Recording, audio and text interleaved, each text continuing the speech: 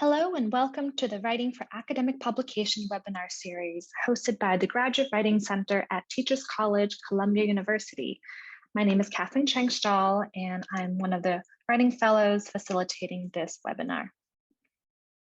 This particular webinar is focused on the process of revising the manuscript after you've received a decision letter from the editor or editors, along with peer review feedback. This is one of the timelines that you might be familiar with if you watched one or more of the other webinars. So following Dr. Menza's phases of academic publication, the revision phase follows the waiting phase. So the waiting phase basically is you've submitted your manuscript, it's out of your hands, and the waiting game begins until you receive the results, which come in a couple of different forms. Listed here are 6 of the most common results that you might be waiting on. There is a reject without review. This is commonly called the desk reject. It's not a very friendly term and some journal editors refrain from using it, but essentially what it means is the manuscript arrived at the editor or editor's desks, and they, after reviewing your cover letter and perhaps previewing your manuscript, have decided not to submit it for further review by the peer reviewers. So this is a rejection that's made at the desk, so to speak. It's made by the editors of the team, and they decided that based on what they've read so far, this is not a good fit for the journal. It can feel very personal to have your piece rejected without having it sent out for peer review. But I think it can be helpful just to think of it as the fit was not right. Maybe there was not a good alignment between the goals of your manuscript and sort of the aims and visions of the journal. Or perhaps the journal was receiving quite a few similar articles and decided to proceed with another one that reads similar to yours. Those are just some possibilities around desk rejects. There's also just a standard reject. So that's basically when your manuscript was sent out for peer review, but the decision that the editors are making is to not continue with your manuscript. Then you have revise and resubmit, which we will talk a lot more about in this webinar. And then there are 3 possibilities with acceptances: accept with major revisions, accept with minor revisions, and accepting exactly the way the manuscript is. You can imagine that the last result is very rare, and I'm actually not sure how often manuscripts are accepted as is. I definitely don't know anyone who has had their work accepted without any kind of revision. So this webinar is focused more on the options that come with revisions, the most common of which is revise and resubmit, R&R. And if you're part of any kind of academic writing community, you will often see a lot of scholars kind of make jokes around revise and resubmit narratives. So here's a sample language that might comprise a revise and resubmit decision. So quote, "We regret to inform you that we are unable to publish your manuscript in its current form, but we invite you to revise and resubmit your manuscript for further review." So you will likely see variations of this statement if you are getting an R&R. Dr. John Wargo was very generous to grant me permission to share a sample decision letter from the editors of a journal that he submitted his manuscript to. So as you can see in the second paragraph, here is that language. "While we have decided the manuscript is not suitable for publication in its current form," that's the emphasis, "in its current form, it's not ready. However, the manuscript shows much promise. They are excited about the affordances of the study, and therefore the editors invite you to revise the paper and resubmit it for further consideration." And of course, they often included language of, even if you resubmit, it doesn't guarantee any kind of acceptance, but they believe that if you address the comments provided by the reviewers and the manuscript stays within the word limit of the journal, then there is a good chance that your work will be accepted. So a couple of other things that Dr. Wargo highlighted in this decision letter. In green, you can see some of the positive things, right? So excited, shows promise, outstanding reviews from colleagues who are familiar with your topic, as well as those who are newcomers. And in his article, he spent some time exploring this framework of post-humanism. Also highlighted are a couple of sections that require some additional attention. So in yellow, you see there are concepts you introduce in the theoretical section that may not be those that most closely align with your methods and findings. So here, what you can see in the sample decision letter is the editors are pulling out some of the main feedback and probably the most salient points for the author to address. And these are highlighted in the decision letter. So typically what happens in the decision letter is the editors are compiling, synthesizing the feedback from the reviewers. Sometimes there are 2 reviewers, sometimes there are 3 reviewers, and the raw feedback is attached to the decision letter. It comes afterwards. But the editors have the job of sort of evaluating the feedback that they have received. Obviously, these are subjective.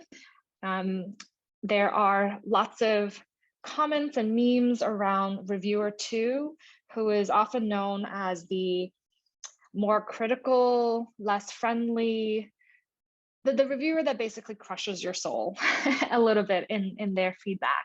And so what the editors will do is read all the feedback and sort of make a decision. So is this manuscript good enough for publication the way it is? Does it show potential? In which case they might invite the author to revise and resubmit. So what is most important is what the editors are saying. So even if the feedback from reviewers is harsh, sometimes the editors will overlook certain things and make an executive decision around what is most important for the journal. So just because you get really critical feedback doesn't necessarily mean that the editors will automatically reject your manuscript.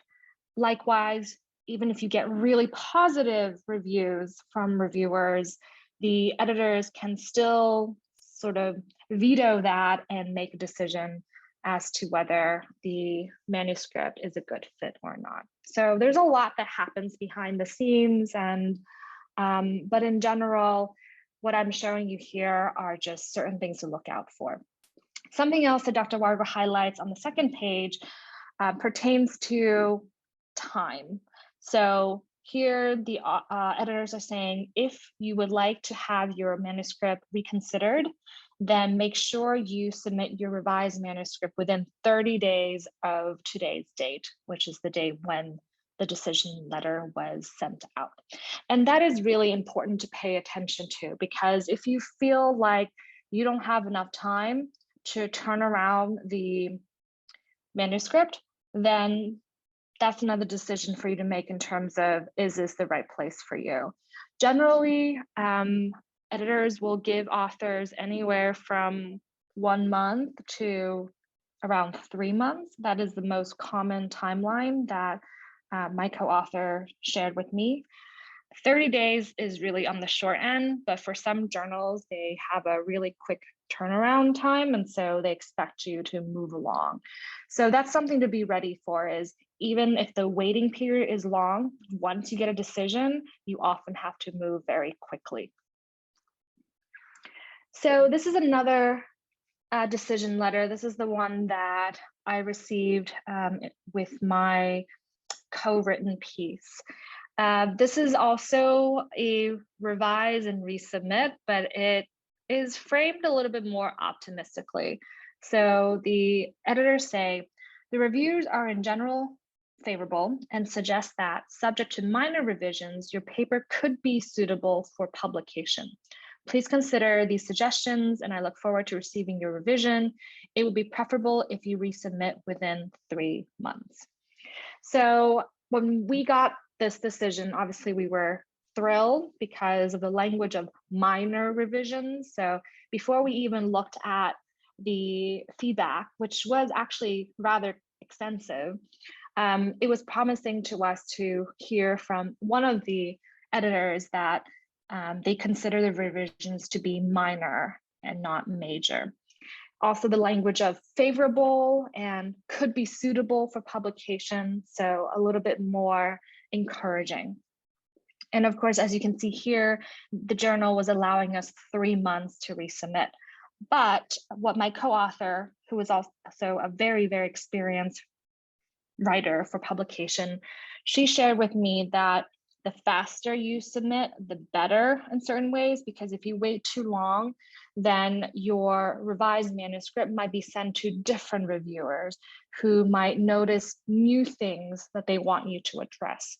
So you want to stick with the same reviewers, ideally, and the way to get the reviewers you've had before is to have your manuscript revisions sent out promptly. So when it comes to revisions then, especially if you are collaborating with someone else, you want to come up with a revision plan. So as part of this, my co-author and I, we again thought about our various revision styles, our editing preferences, our own processes, and we tried to find a process that worked for us. So as you can see on the right-hand side, we basically decided there are certain sections that one of us was going to tackle and other sections for another to tackle. And we basically just worked on the same document. It was a Google Doc. And my co-author, who is, again, an experienced writer, she went in and sort of gave me feedback. And I went in and made further revisions. So this is just an example of how co-authors might go about the revision plan. It's important to also think about your time commitment and your own timeline. So have an honest conversation around what is happening in your life around the time. We both happen to have a good chunk of time to do this. I probably had more time than my co-author, so I made sure to communicate to her when I was going to have my edits done, and we set a goal to have the revisions done within a month, and we actually ended up submitting everything within 2 weeks. But again, it really depends on how you and your co-authors move, and if you are the sole author, you want to think about what else is happening in your life, what else is on your plate. If you happen to be co-writing, you want to think about modes of communication during this process. So especially if you're writing as part of a larger research team with maybe 4 or more people, you definitely want to delegate certain roles and think about the best ways for you to stay in touch during this revision process. And it can be helpful to evaluate individual strengths and skill sets and have them play out in this revision process. So here's just a closer look at what was part of our revision plan. In general, it involved engaging with the reviewer's feedback, taking time to digest. Sometimes we needed a little bit more time. I think for us, the feedback was generally positive, so it wasn't as soul-crushing, but sometimes reviewers are not as gentle, and it can really set you back emotionally. And so it can be helpful to just bracket some time for you to let the feedback sit or not sit, especially if you don't agree with some of the perspectives that are being shared. But in any case, find your own way to unpack what has been said about your work. The next step really involves strategizing. So you've had a sense of what needs to be done. So coming up with a plan to tackle and address the necessary revisions, and of course, executing them. So for us, that meant coming up with a system to keep track of the feedback. We decided on using Google Sheets to visually lay out all the feedback from our 2 reviewers and to kind of create almost action steps for ourselves. And I'll show you what that looks like. We also decided to include more relevant literature, even though that was not something that was asked of us. We wanted to be in conversation with most recent scholarship. So even after we submitted our manuscript, we kept on engaging with what's happening in the field and reading pieces that were newly published. And we made it a point to save some words to weave in some of the relevant literature since our initial submission. Word count for your resubmission is often very strict. So if you watched one of the earlier webinars, you noticed that we sort of hovered around the word count limit. But for this resubmission, we made sure to stay underneath it or at exactly the word count limit. And the final step involves crafting yet another letter. So during your initial submission, you submitted a cover letter. When you received your decision, you got an editor's decision letter. And when you return your manuscript, you want to submit a response letter that's addressed to the editors. So this is what that visual system looks like that we ended up using for keeping track of the feedback and also our revision progress. We use Google Sheets. It was simple enough for us. A couple of features that I'll just highlight here before I show you the actual document. You can see at the very top, we included links to 2 versions of our manuscript, the one with author details, the one without author details. It was just easy for us to have everything in one place. My co-author and I decided on a color for us to use for our comments. So mine was in purple, hers was in blue, and we used those 2 colors also in our revisions to keep track of who was adding what. We also use color coding to keep track of the revisions that still needed to be made and ones that were done. So we use the color green to highlight anything that was completed and yellow for things that were in progress. And we left things in white for things that we didn't have a chance to tackle yet. So a couple things to draw your attention to. In the first column, we have reviewer. So we just indicated, is it reviewer 1, is it reviewer 2? We copy the language from the reviewer directly in the third column. And then we sort of categorize the feedback as, is this something pertaining to the methodology? Is it pertaining more to discussion? And sort of synthesize what we think we're supposed to do. In the fourth column, you can see we sort of delegated specific sections, or rather feedback to be tackled by individual authors. Here, since I was the first author, I went through the entire list and just put my name next to things that I felt comfortable tackling. And for certain sections that I hadn't written, so for example, there was a section all about TikTok, and my co-author is an expert and she had written part of the lit review. So when we received feedback for that section, it made most sense for her to make those revisions. So again, you want to have an honest conversation with your co-author or with yourself around who should tackle what. Then the next 2 columns, we call it the how. So how are we dealing with the revision? And here, I basically just included my thoughts and had a dialogue about my thinking with my co-author. And then towards the right-hand side, we drafted sort of an explanation for the reviewer letter. So here, this was just a quick draft of what we might say in response to the revisions made. Sometimes we decided not to tackle a revision, but in any case, we had to be explicit. So we included that language in that column. And then we left a final column for other notes. So you can see how at the very bottom, we ended up drawing on another article to help us respond to one of the reviewers' feedbacks. All right, so I'm gonna take us then to the actual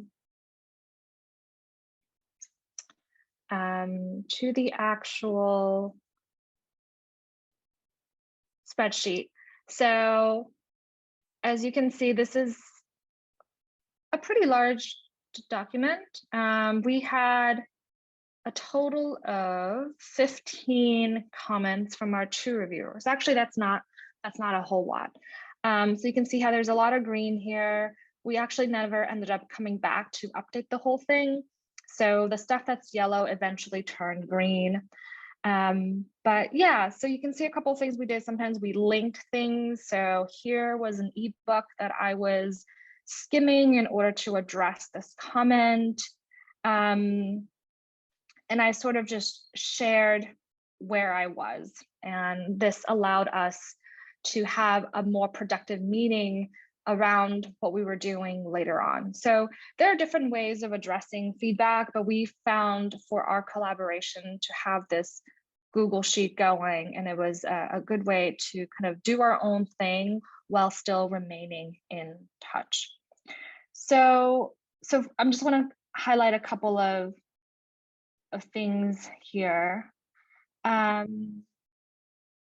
So here to one of the comments, I had written something like, I don't feel I can confidently claim anything about the identities of the TikTok content creators because doing so would force me to make assessments based solely on what I see, which is really only skin tone. And making these statements regarding racial identity based on skin tone is not only naive, but dangerous because of notions of colorism and racism, etc.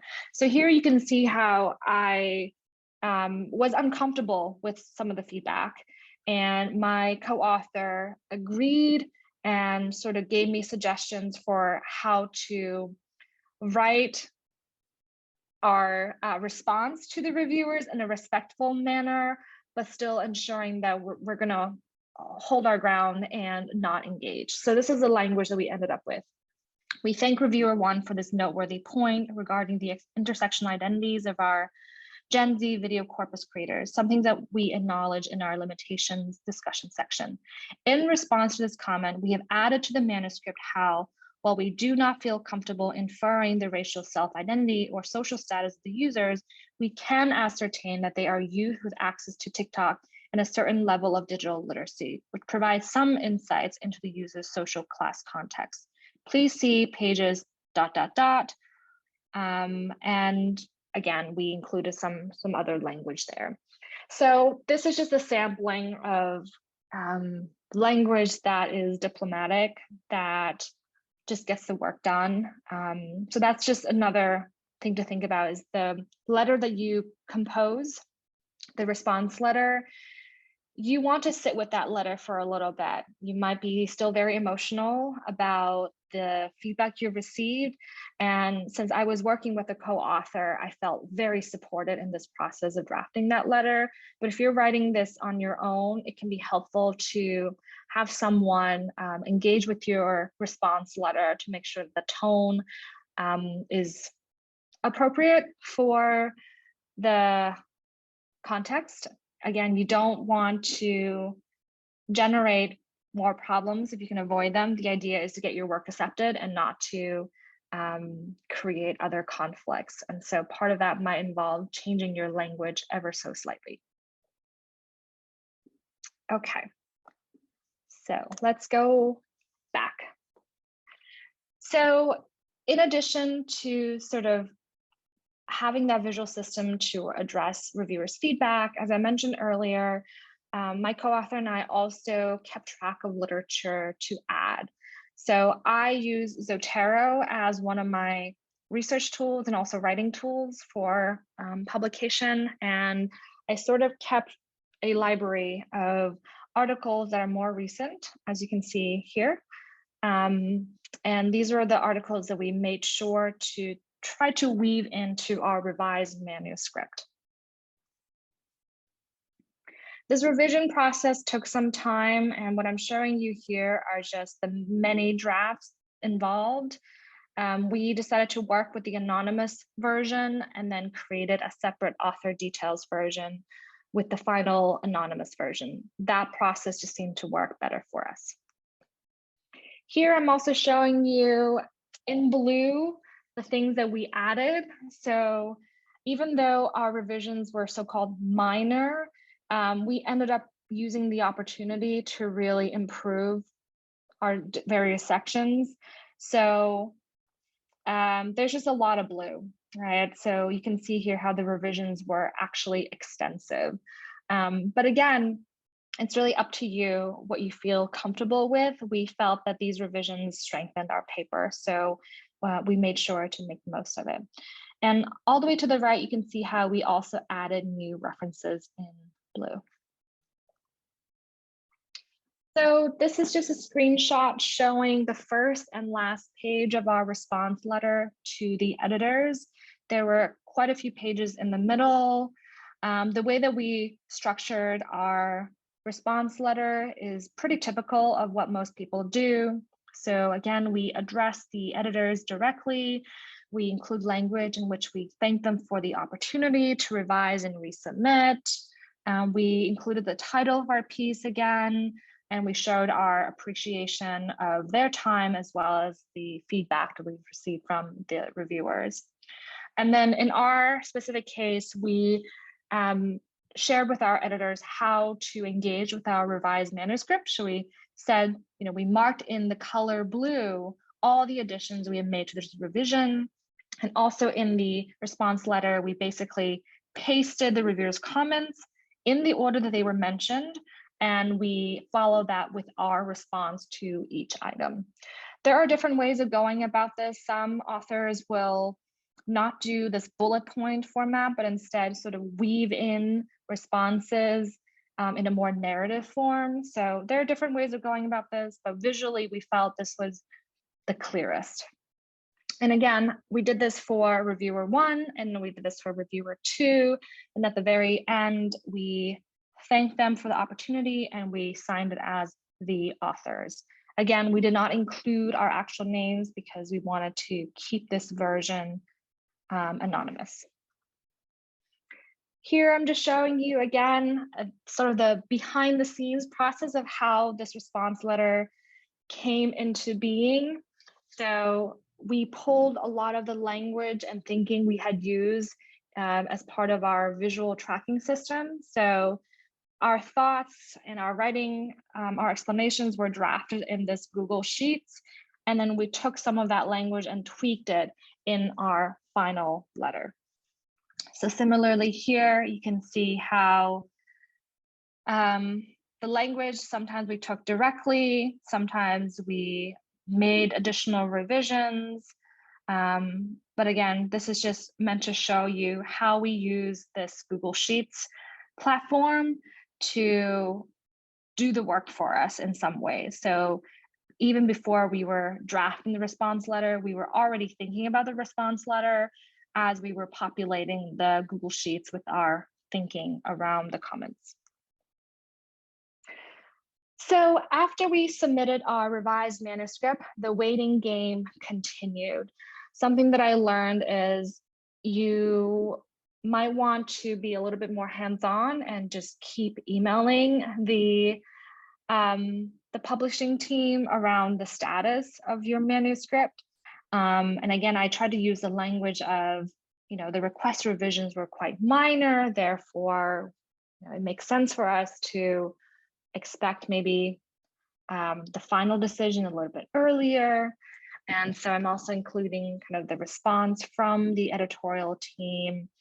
And this decision actually caught us by surprise. And I thought I would share this because it was the last thing we expected. We thought because the revisions were minor and because we put a lot of thought into addressing the revisions, addressing the feedback, we were not going to have any further issues. But instead, we got this feedback, which is, we have now received peer reviewers' reports, and in light of these reports, the editor wishes to seek an additional review.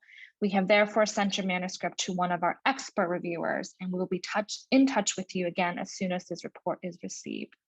So what had happened was the previous reviewers reviewed our feedback, wrote up their reports, and apparently there was something in one of those reports that caught the attention of the editor in charge of our manuscript. the editor decided to send out a manuscript to a third reviewer, their expert reviewer, for more review. So we waited again, probably a couple of months, and we didn't hear back. So we once again asked for where we were standing in terms of our manuscript.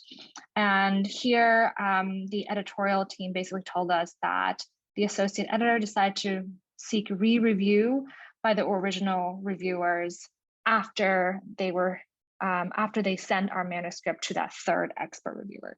So as you can see, this process was just dragging on, and not a lot of people talk about this waiting process and what happens, because there's a lot that's happening.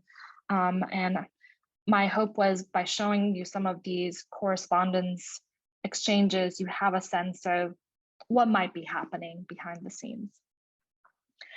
So once again, I wrote back.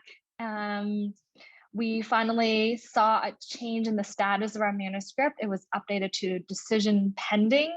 This was 3 months after the previous communication. And again, we had been waiting since September. So this point had been 6 months for our so-called minor revisions. And my co-author and I were getting pretty frustrated, but we tried to be still professional in our writing and just to be patient.